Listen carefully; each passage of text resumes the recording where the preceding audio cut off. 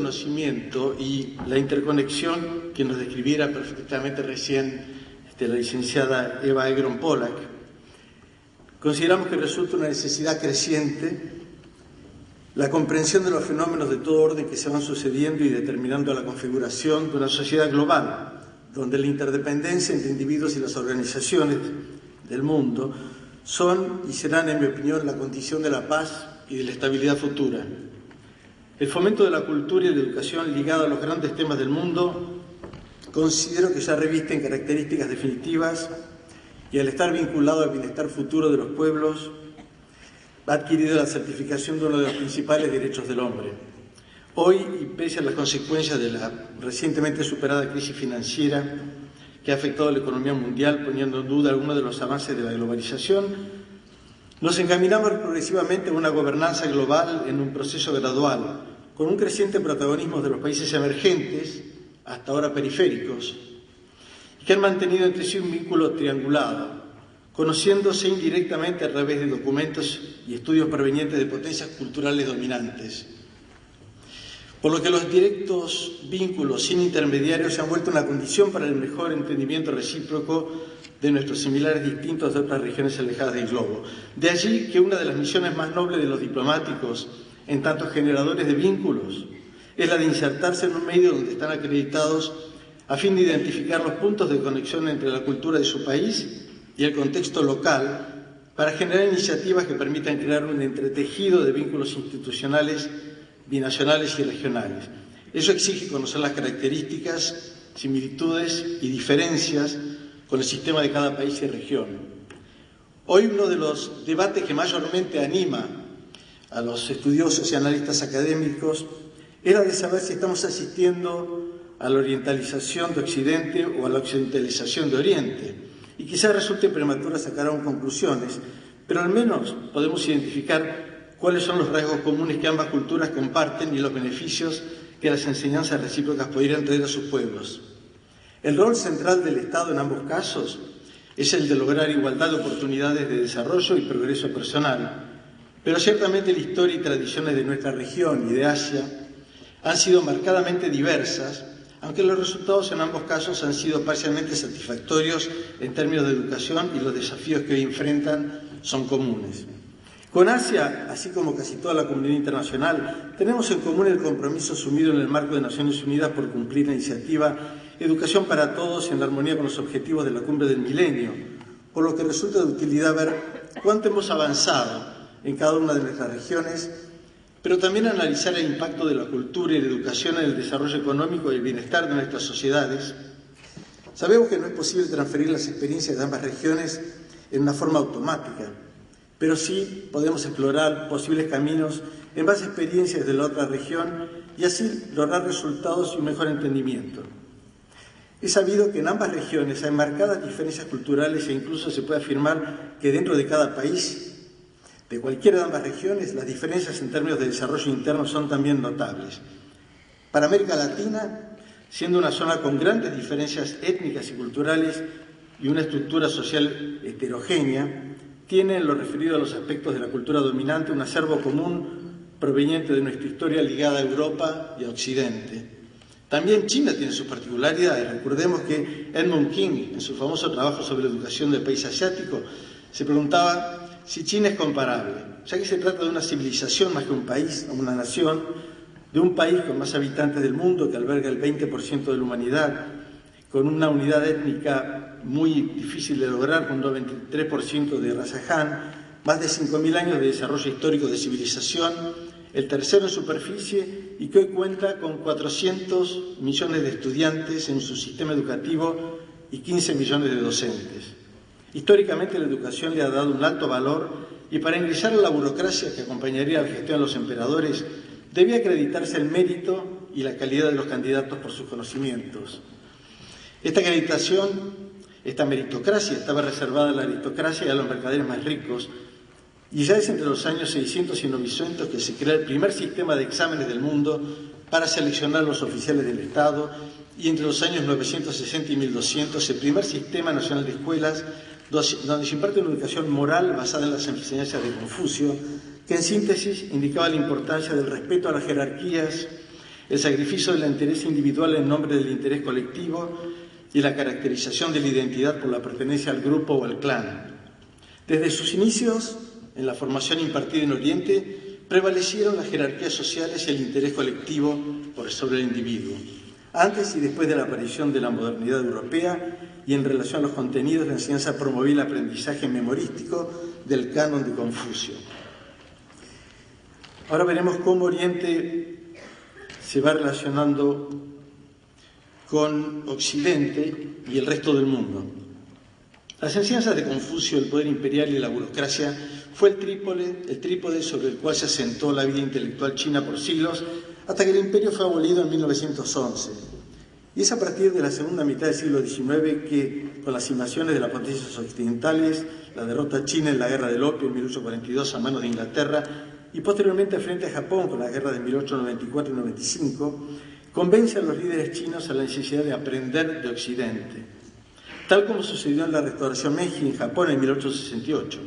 La humillación que experimentaron sus habitantes frente a las firmas de los tratados en condiciones desventajosas con Rusia, Inglaterra, Francia y Estados Unidos, derivaron en una fascinación por el conocimiento de Occidente, según nos enseña Pepper en su libro. A principios del siglo XX se comienza a crear un sistema educativo moderno, primero basado en el modelo japonés, pero luego influenciado fuertemente por los modelos de Estados Unidos, Inglaterra y Francia. Con la llegada de Mao Zedong al poder en 1949, el gobierno comunista adquiere un rol más activo en la formación de un nuevo modelo educativo, tomando como referencia inicialmente el implementado en la Unión Soviética. Es muy importante traer a colación que hacia 1950, apenas hace 60 años, entre el 80 y el 90% de la población china era analfabeta. Las dificultades que presentaba transmitir el mensaje comunista a través de la educación en las escuelas fueron determinantes para que en el 66 el partido lanzara su revolución cultural, reemplazando los valores feudales del campesinado y la estructura capitalista urbana por valores proletarios chinos. Tras la muerte de Mao, en 1976 y la llegada al gobierno de Deng Xiaoping, se empieza a relacionar el cambio educativo con el desarrollo económico y social de China y se le erige en uno de los pilares fundamentales de la modernización del país. Hacia 1980 se dio por terminada esta fatídica experiencia que ampliamente fue criticada por sus magros resultados. Pese a ello, la educación siguió centralizada en manos del Partido Estado en relación a la provisión, financiamiento y la regulación del sistema educativo. Pero también, a partir de los 80, se empieza a aplicar universalmente, al menos en los países emergentes, algunas ideas fuerzas que de alguna manera buscan homogeneizar las concepciones en torno a los grandes temas. La preparación de la sociedad para un mundo laboral que irá cambiando de ritmo, con las innovaciones tecnológicas, la necesidad de incentivar la creatividad. En síntesis, la idea de una educación permanente o lifelong learning. En cierto modo, en ambas regiones se pasa del enciclopedismo, o sea, una enseñanza basada en la transmisión de la información y datos, a una centrada en el desarrollo de competencias y especialidades. La globalización de los años 90 del siglo pasado consiguió impregnar los ámbitos de debate internacional con un mismo criterio económico y un mismo sistema de producción, comercialización y financiación. Lo que afortunadamente no consiguió, tal como lo esperaban muchos de los promotores, fue universalizar la cosmovisión, los valores culturales, la filosofía y la mentalidad de quienes promovieron esta globalización. De este modo, la globalización capitalista resultó un éxito económico y tecnológico para algunos grupos, pero quedó impugnada en el campo cultural y social, como siempre que se pretende subordinar la complejidad de lo existente en la mera noción de lucro y consumo. No se produjo entonces el fin de la historia como creyó Fukuyama, y las complejas experiencias de estas plurinacionales y modelos de producción, distribución y consumo de bienes y servicios, reales y virtuales con el conocimiento, siguen desafiando la imaginación que se va haciendo del poder, tal como señalaron los jóvenes de Mayo francés, pero ya no el poder del Estado, sino el poder civil y político en su sentido originario, el de las polis que las nuevas tecnologías están poniendo en juego. ¿Cuál es la incidencia de la educación en el desarrollo económico y la experiencia asiática? Estamos siendo testigos y actores de la historia. El mundo no solo está cambiando, está crujiendo. El mapa del poder ya no es el mismo. Los que tienen el dinero comienzan a ser otros. Si tomamos los años que van entre 2003 y 2010, el crecimiento acumulado de la economía de Estados Unidos ronda entre el 13,5%, el de Europa el 11%, el de Japón el 9%, y el de China el 86%, el de la India el 60%, el de Rusia el 42%, y Brasil el 30%. Queda claro que por qué estamos yendo del G7 al G20.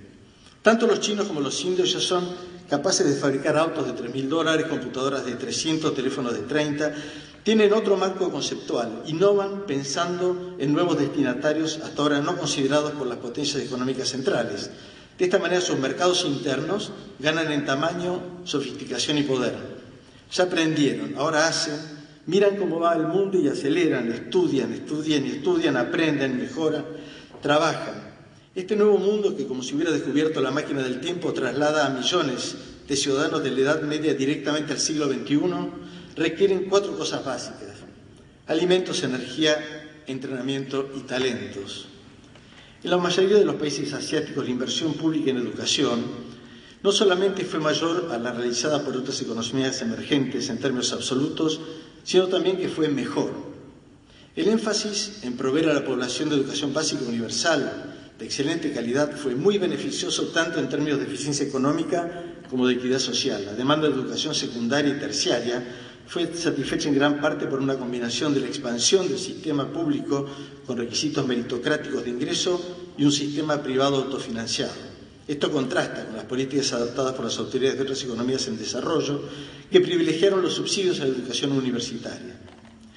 Dadas las políticas de universalización de la educación básica y media, las economías asiáticas se vieron colmadas de trabajadores con mayores niveles de alfabetización, así con mejores habilidades cognitivas con respecto a las demás economías emergentes. 1.500 millones de nuevos trabajadores fueron incorporados al mercado laboral mundial, lo que permitió que las empresas pudieran contar con mano de obra calificada, capaz de adoptar y adaptarse a las nuevas tecnologías importadas de las naciones más industrializadas. Es decir, la rápida acumulación de capital humano redujo inequidades en el nivel de ingreso de la población, incrementando la abundancia relativa de trabajadores educados, ya que de esta manera disminuyeron los ingresos adicionales generados por las habilidades adquiridas. En cuanto a la reducción de la brecha entre las masas de matriculación, fueron importantes.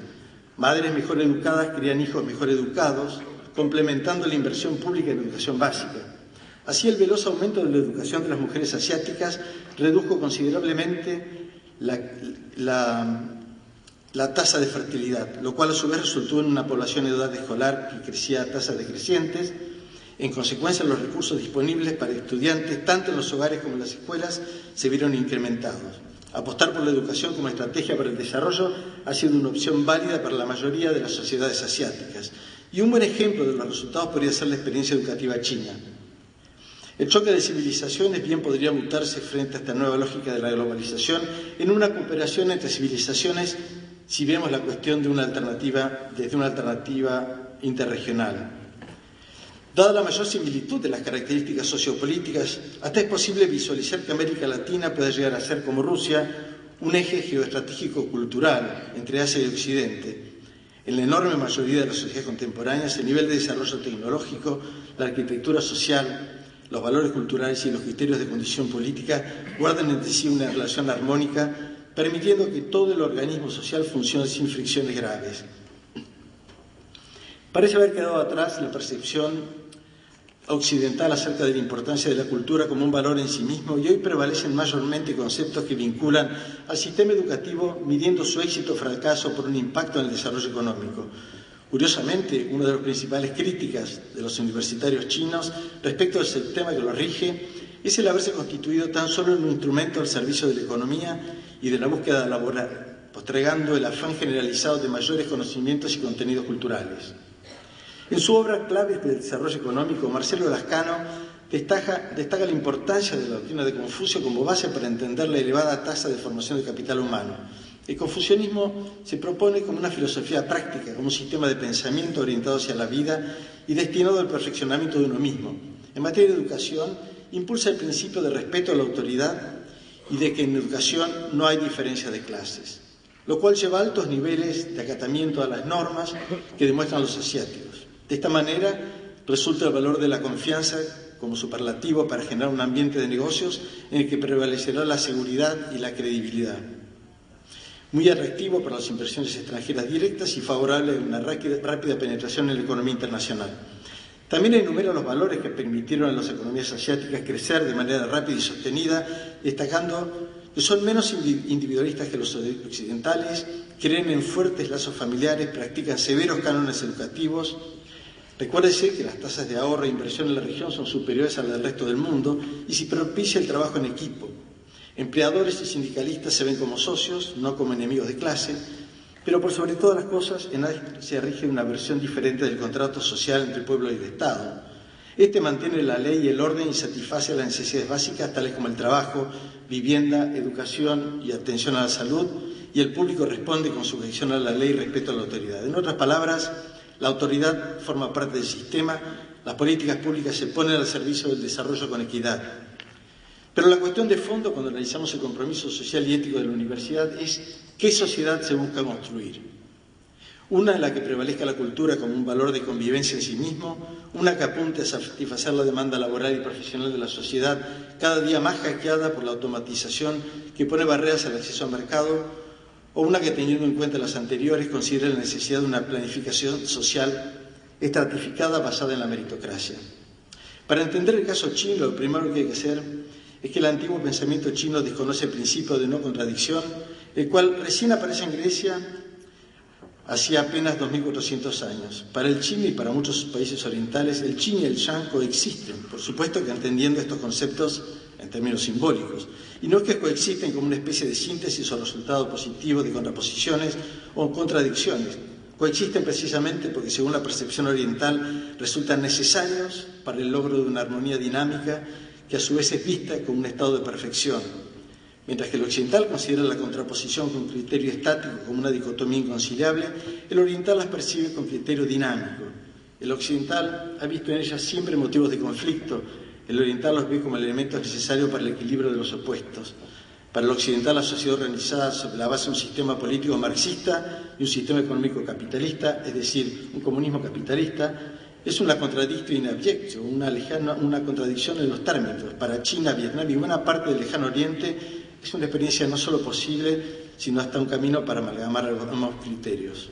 Acá lo que vemos en evidencia es la supremacía de lo cultural sobre lo estrictamente político, y esto ha quedado suficientemente demostrado por el fracaso de la exportación de los modelos culturales como paradigmas universales.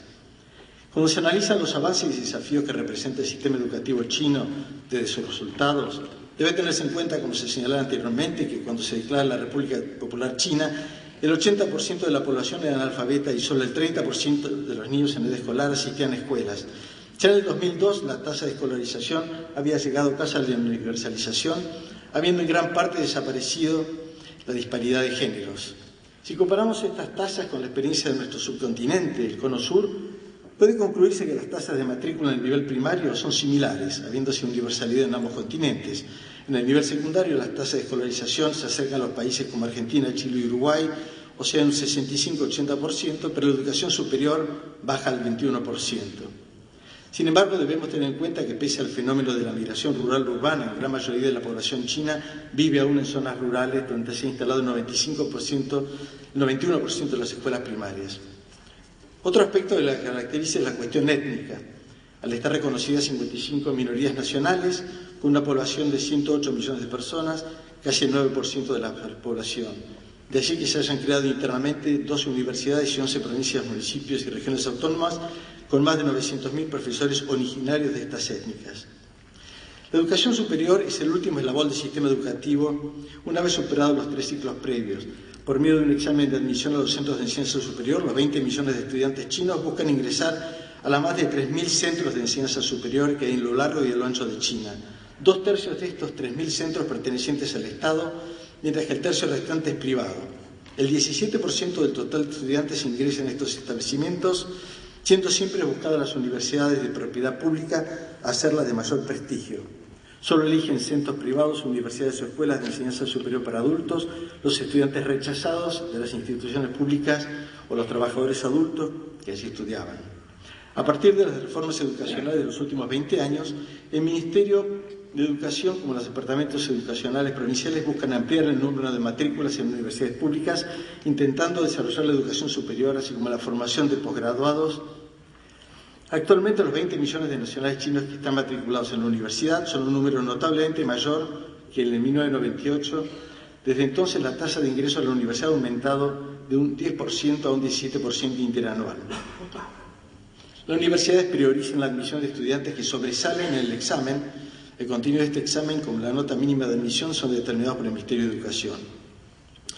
Muy bien, me voy a referir ahora brevemente al desarrollo de los vínculos entre América Latina y los países de esta región. Hay varios puntos de encuentro con los sistemas educativos de ambas regiones que invitan a la complementariedad. El sistema universitario chino, como se dijo anteriormente, solo permite formar al 17% de los estudiantes que terminan el ciclo medio, razón por la cual en los últimos años la posibilidad de estudiar en el extranjero se ha vuelto una realidad para muchos estudiantes. Australia primero, Nueva Zelanda han recibido en los últimos años a más de 50.000 estudiantes chinos, aprovechando la cercanía estratégica, así como el inglés como lengua de estudio. De igual modo, Estados Unidos e Inglaterra se han beneficiado por la excelencia de sus servicios educativos. La posibilidad de generar un círculo virtuoso similar, donde el estudiante universitario chino pueda acceder a un posgrado, maestría o doctorado en nuestra región, abre un enorme abanico de posibilidades que tendrá, entre otras ventajas, el enriquecimiento cultural que conllevaría. También las posibilidades de incorporar estudiantes de nuestra región en un sistema como el chino, pragmático desde todo punto de vista, con un esquema pensado para el desarrollo económico, podría generar una nueva dinámica interregional. La educación en la región del Cono Sur es la principal plataforma de desarrollo individual, por lo que promover el acceso de los jóvenes a una educación superior enriquecida aumenta nuestro propio capital humano colectivo. El escenario de trabajo se reconfigura constantemente para poder mantener su competitividad. No alcanza simplemente con la especialización de los saberes presentes, sino que es imprescindible generar una capacidad de adaptación a la frontera tecnológica en continuos movimientos y sin duda Asia será el nuevo epicentro de su desarrollo. Por cierto, tanto en China como en el Cono Sur persisten grandes problemas de equidad y diversidad cultural que influyen en la cantidad y calidad de educación que reciben distintos grupos dentro de sus sociedades y el peligro de una segmentación entre quienes se incorporan bien capacitados a la nueva sociedad tecnológicamente avanzada y quienes quedan excluidos y por lo tanto marginados de los beneficios del incremento global de productividad se amplía. Las diferencias de género todavía existen en ambos universos, aunque con bastante pequeñas cantidades se ha mejorado notablemente en las últimas décadas en cuanto al acceso a la educación. Mas uno de los aspectos que invita a la complementación es la cuestión curricular, o sea, el tipo de conocimientos que debe promover en los sistemas educativos de cada una de las regiones que permitan armonizar a nuestras sociedades para aplicar al futuro.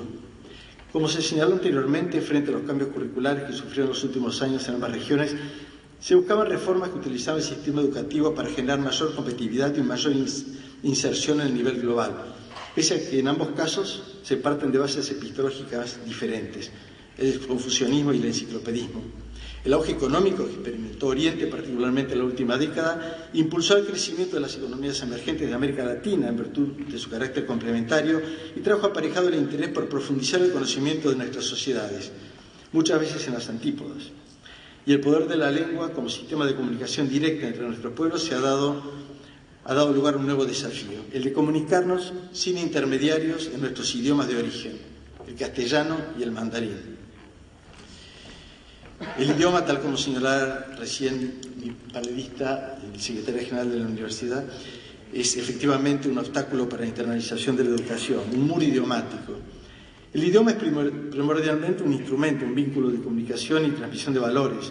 Y hoy asistimos al avance de un nuevo actor que traerá importantes consecuencias en el futuro relacionamiento interregional con el advenimiento del mandarín. Sabido que Inglaterra y Estados Unidos potenciaron su posicionamiento internacional expandiendo el uso del idioma inglés, particularmente desde el comercio, transformando así la lengua franca durante la segunda mitad del siglo XX. Una de las herramientas primordiales fue la generación de diferentes institutos de enseñanza de lengua en todas las partes del mundo y generando exámenes de inglés como lengua extranjera y con un homologamiento final. Lo mismo hizo Francia con su francofonía expandida, el alemán con su Instituto Goethe, sin hablar de España con el castellano y el Instituto Cervantes. En tanto, instrumentos de comunicación también deben entrar en términos de referencia de una educación para el futuro en el mundo de vías de globalizarse. La dimensión política del factor cultural y su proyección han sido ampliamente descritos por Joseph Nye en su obra Soft Power, en tanto la capacidad de un Estado para conseguir sus objetivos a través de sus ideales y cultura, diferenciándolo de Hard Power centrado en el poderío económico y militar. Y esto lo sabe claramente la dirigencia china. Hoy no es aventurado afirmar